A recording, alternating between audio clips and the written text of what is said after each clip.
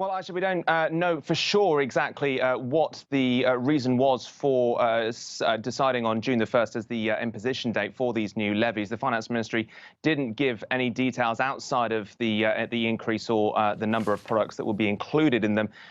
From one perspective, it does perhaps give policymakers, give Chinese negotiators a little bit of breathing room, if only a couple of weeks, perhaps to try and set something up ahead of what looks to be a crucial showdown at the G20 in Japan next month between Chinese President Xi Jinping and US President Donald Trump. Crucially, of course, though, it also does give a little bit of time for markets and indeed Chinese exporters to try and make some sort of relevant arrangements as well. China, don't forget, does understand that a lot of these tariffs will hurt itself almost as much as it will hurt the US. But frankly, it does consider the United States to be in much the same boat. And clearly it does see the cost of these tariffs as, at the moment at least, clearly being worth it.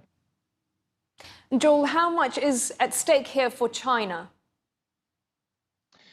Well, I mean, the economy itself is already under heavy strain. Data out really over the last 18 months or so really does suggest that China is creaking at the seams. There's been a raft of domestic factors at the heart of that, but trade was perhaps at one point likely to have been an area that China would have liked to have been able to rely on in order to try and circumvent those domestic issues. But based on what we know about the negotiations and how they broke down at the 11th hour, you'd have to say that whatever the economic cost it estimates these tariffs will be, they clearly weren't worth the political cost. Beijing, as we know, overnight was saying that it didn't want to swallow any what it called bitter fruit that harmed its interests. And really, it does frame those very, very much politically rather than economically. According to the people that we've been speaking to this week about the negotiations and about the imposition of US tariffs, really that is what many fear now, that China is solely looking at this as a political calculation and